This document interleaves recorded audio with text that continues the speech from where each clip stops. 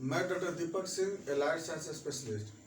आज हम एक टॉपिक डील कर रहे हैं सर्जरी का। एक बहुत जनरल सर्जरी का एक पार्ट है बॉयल्स। बॉयल्स क्या है? यह एक acute suppurative inflammatory disease develop in skin. मतलब क्या? स्किन का एक यह सपुरेटिव एक्यूट इन्फ्लामेटरी डिजीज है। और स्किन में भी कहाँ? अब यह डेवलप होती है कहाँ पे? स्किन में भी हेयर रूट फॉलिकल। तो डिफिनेशन क्या लिखा था इसका कि the acute suppurative inflammation develop in hair follicle of skin known as boils. सीधी बात हो गई। बॉयल्स दो तरह का मिलता है। एक होता है नॉर्मल बॉयल्स, एक होता है ब्लाइंड बॉयल्स। नॉर्मल बॉयल जो बोलते हैं जो कि बॉडी में स्किन पे डेवलप होती है, और एक होता है ब्लाइंड बॉयल जो बोलते हैं जो कि उसका माउथ नहीं होती है, जिसके कि स्टाई बोलते हैं, आईलिड के मार्जिन पे होती है। चलिए, बॉयल्स जो होती है वो अकॉर्डिंग टू साइट के अनुसार भी थोड़ा थोड़ा नाम हो जाता है। जैसे कि अगर यही बॉयल्स अगर ईयर में होता है, एक्सटर्नल ओरिटी कैनाल में होता है, तो उसको लोग फरंकल बोलते हैं, है ना। ये बॉयल्स अगर बंच में रहता है तो उसको कार्बंकल बोलते हैं। अगर ये अलग अलग, अगर जैसे भाई स्किन पे ऐसे रहता है तो उसको जनरल बॉयल्स बोलते हैं हम लोग उसको, है ना। तो ये बॉयल जो होती है वो साइड पे चालू हो जाती है। अब देखते हो होता क्या है इसमें। जैसे कि ये स्किन होता है, स्किन का ये कॉर्नियम है, लूसिडम है, ग्रेनुलोसम है, स्पाइनोसम है, जबरेटम है। एक ऐसे एनिमेटेड डायग्राम बना रहा है। और इसके अंदर में यहाँ पे होती है, इसमें हेयर रूट फॉलिकल होती है यहाँ पे। तो अब क्या होता है कि इसी फॉलिकल में किसी कारण से कोई भी इन्फेक्शियस ऑर्गेनिज्म इसमें क्या होता है, इंटर कर जाता है। और इंटर करने के कारण जो होती है इसमें इन्फ्लामेशन डेवलप हो जाता है। इसी को हम लोग बोलते हैं क्या? बॉयल्स बोलते हैं। कैसे हो जाता है? देखिए, इसमें बैक्टीरिया जो होती है मेनली, जो मेन बैक्टीरिया होती है वो स्टेफाइलोकोकस ऑरियस होती है।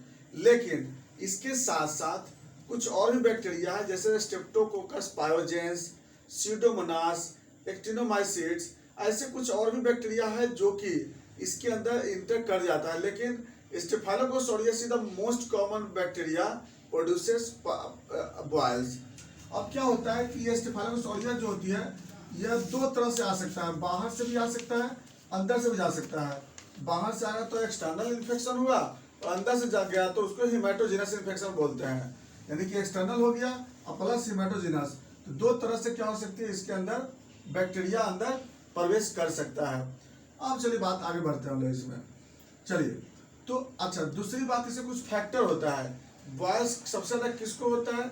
उसको प्रीडिस्पोजिंग फैक्टर बोलते हैं। जैसे डायबिटीज मेलाइटस के पेशेंट को, HIV पेशेंट को, इम्यूनोसप्रेसिव पेशेंट को, इम्यूनोसप्रेसिव ड्रग्स वाले मरीज को, केमोथेरेपी, स्टेरॉयड थेरेपी, ऐसे कुछ होते हैं जिस पेशेंट को ये बॉयल ज़्यादा होता है। या फिर जो हाइजीन जिसका बहुत कमजोर होता है, जो कम स्किन को अच्छा ढंग से प्रॉपर वॉश नहीं करते हैं, उन लोग को ये बॉयल ज़्यादा डेवलप होता है।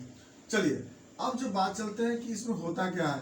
तो बैक्टीरिया जब अंदर प्रवेश कर जाता है तो अंदर जाने के बाद क्या होती है कि इसमें धीरे धीरे रिएक्शन होती है, इन्फ्लामेटरी रिएक्शन होती है। इन्फ्लामेशन जब होती है तो इन्फ्लामेशन धीरे धीरे क्या होता है, ये बढ़ते बढ़ते इन्फ्लामेशन जो होती है वह एरिया इसका ज़्यादा हो जाता है इन्फ्लामेशन का। इसके बाद क्या होता है कि इसमें एक्जुडेशन जो होती है इसमें होने लगता है, और इसके बाद न्यूट्रोफिल इसमें माइग्रेट करने लगते हैं। उसके बाद एक्जुडेशन का एरिया बढ़ता है, इसमें नीचे में नेक्रोसिस हो जाती है। इसका धीरे धीरे ये पस का जो एरिया है वो बढ़ते जाता है। सेंटर में जो होती है वो कैसा होता है, ब्लैकिश होती है, और सेंटर में इसमें ब्लैकिश और येलोइश कलर हो जाता है। और जो सराउंडिंग में क्या होती है कि रेड एरिया हो जाता है, रेड इंड्यूरेटेड, या फिर हार्डनेस, पेन, स्वेलिंग, ये सब रहेगा सराउंडेड में। और सेंटर में क्या होता है कि वहाँ तो हल्का सा वहाँ पर येलोइश या ब्लैकिश एरिया बन जाता है, जिसके अंदर में क्या होता है, यहाँ पे पूरा पस भरा रहता है अंदर में ऐसे। तो इसका जो एरिया भी होता है ना कि इस तरह से एरिया बनता है, ट्रायंगल फॉर्म में यहाँ पे एरिया बन जाता है। इसलिए जब भी हम लोग सर्जरी के समय जब बॉयल्स को जब हटाते हैं तो पूरा का पूरा इंसिजन कर देते हैं इसमें। खैर, इसमें स्टेज जो होती है उसमें 4 स्टेज होता है। पहला है स्टेज ऑफ सेवलाइटिस स्टेज या इन्फ्लामेटरी स्टेज। इसमें ये जो होता है लगभग 3 से 4 दिन तक का, लगभग जो होता है 2 से 4 दिन तक जनरली होता है ये। इसमें क्या होता है कि 2 to 4 डेज में जरूरत है। जहाँ भी बॉयल्स होती है यहाँ पे बहुत ज़्यादा पेन होता है, सराउंडिंग एरिया में काफ़ी दर्द होता है, फीवर भी होता है इसमें। इसके बाद एरिया में रेडनेस रहते हैं, स्वेलिंग होता है, ये होता है। दूसरा स्टेज जो होती है स्टेज 2 जिसको बोलते हैं, उसको बोलते हैं सपोरेटिव स्टेज, जो कि 4 दिन से लेकर के और 6 दिन तक हो सकता है, 7 डेज तक हो सकता है। इसमें और ज़्यादा पस बनता है, इसमें बहुत ज़्यादा इसे पस बनने लगता है। सॉरी, फर्स्ट स्टेज में पस नहीं बनता है, फर्स्ट स्टेज सोलाइटिस स्टेज में रहता है, लेकिन सेकंड स्टेज में पस बनने लगता है, इसको सपोरेटिव स्टेज बोलते हैं। और इसे पस बनना स्टार्ट हो जाती है, और पस के कार्य होता है, वो बोले थे क्या बोला था कि इसे और ज़्यादा इसे पेन होने लगता है, फीवर उससे बढ़ जाता है, पेशेंट रेस्टलेसनेस हो जाती है, इसमें बॉडी एक होता है, एरिया में पूरा स्वेलिंग हो जाती है, एरिया रेड हो जाती है, ये हो जाती है यहाँ पे जब सेकंड स्टेज में। थर्ड स्टेज में क्या होती है कि जब धीरे धीरे सेंटर का जो थीन होती है वो स्किन पतला जब हो जाता है, इसके बाद क्या होता है यहाँ से डिस्चार्ज हो जाता है, यहाँ से इसको बोलते हैं स्टेज ऑफ डिस्चार्ज बोलते हैं। स्टेज ऑफ डिस्चार्ज में क्या होता है कि यहाँ जितना भी पस होते हैं या नेक्रोसिस टिश्यू यहाँ पर क्या होती है, यहाँ से वो बाहर की तरफ क्या होती है डिस्चार्ज होकर निकल जाती है यहाँ पे, इसको बोलते हैं स्टेज ऑफ डिस्चार्ज बोलते हैं। इसके बाद अगला होता है स्टेज ऑफ कॉम्प्लिकेशन। अब स्टेज ऑफ कॉम्प्लिकेशन क्या होता है कि हो भी सकता है, नहीं भी सकता है। जैसे कभी कभी क्या होता है कि ये एक दूसरे से यहाँ से दूसरे फॉलिकल में जाकर के क्या हो सकता है, इन्फ्लामेशन कर सकता है, वो नहीं भी कर सकता है इन्फ्लामेशन। अगर डिस्चार्ज अच्छा से हो गया, अगर इसका अगर प्रॉपर ड्रेसिंग कर ले तो इस केस में दूसरी तरफ इन्फेक्शन नहीं हो सकती है, स्प्रेड नहीं करती है। कभी कभी यह क्या होती है कि यह साइनस का फॉर्मेशन भी कर सकता है, ये कॉम्प्लिकेशन अगर होती है तो। कभी कभी यह फिस्चुला भी बना सकती है, जैसे यही बॉयल्स अगर रेक्टम पे होता है तो फिस्चुला भी बना लेती है ना। और इस तरह से क्या होती है कि बॉयल्स में अलग अलग कॉम्प्लिकेशन मिल जाते हैं, साइट के अनुसार इसका कॉम्प्लिकेशन इसका अलग हो जाता है। अलग कुछ कॉम्प्लिकेशन होते हैं जैसे सेलुलाइटिस, सॉरी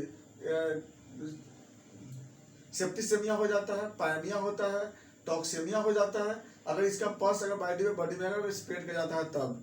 और प्लस जो साइट के अनुसार बता दिया आपको कि उसके अनुसार जो होती है रेक्टम के एनस के अराउंड में हुआ तो क्या डेवलप कर जाएगी, फिस्टुला डेवलप कर जाता है वहाँ पे।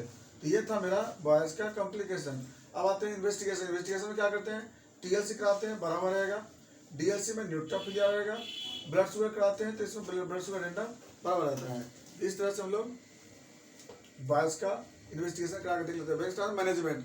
मैनेजमेंट में क्या करते हैं कि इसको हम लोग इसको हम लोग इंसीज कर करके अब प्रॉपर पस को ड्रेन कर लेते हैं। इसके बाद इसमें क्या करते हैं, गॉज लगा करके, और उसके बाद इसको हम लोग प्रॉपर इसको वॉश करते हैं एंटीसेप्टिक सॉल्यूशन से, एंटीसेप्टिक गॉज से, और इस तरह से इसको हम लोग मैनेजमेंट कर लेते हैं। बेस्ट आते हैं होम्योपैथिक मेडिसिन। होम्योपैथिक मेडिसिन में हम लोग शुरुआत स्टेज में, फर्स्ट स्टेज में बेलाडोना यूज करते हैं, सेकंड स्टेज में हिपर सब यूज करते हैं। हिपर सब से क्या होता है, जितना नेक्रोसिस टिश्यू होता है वो पूरा लिक्विफाई हो जाती है। उसके बाद थर्ड स्टेज में हम लोग मार्क्सो चलाते हैं, जिसके बाद ये डिस्चार्ज होती है। लास्ट में ये पूरे को हीलिंग कराने के लिए हम लोग सैलिसिया यूज करते हैं। इसमें अलग अलग ग्रुप्स का हम लोग मेडिसिन उसको हम लोग स्टेज बाय स्टेज हम लोग अलग अलग पावर के अनुसार उसको हम लोग चेंज करते हैं, वो डिपेंड करता है पेशेंट पर निर्भर करता है। बाद में होता है तो मरिस्ट का क्यू भी उसको दिया जाता है, प्रॉपर हीलअप कराने के लिए देते हैं हम लोग। ये था इसमें मैनेजमेंट आता है। एलोपैथिक ड्रग्स में इसमें क्या होता है, क्लोक्सासिलिन और प्लस एम्पिसिलिन ग्रुप्स का मेडिसिन देते हैं इसमें, और कुछ विटामिन देते हैं इसमें। ये था मेरा बॉयल्स। बाकी बातें हम लोग नेक्स्ट वीडियो में चलते हैं। थैंक्स।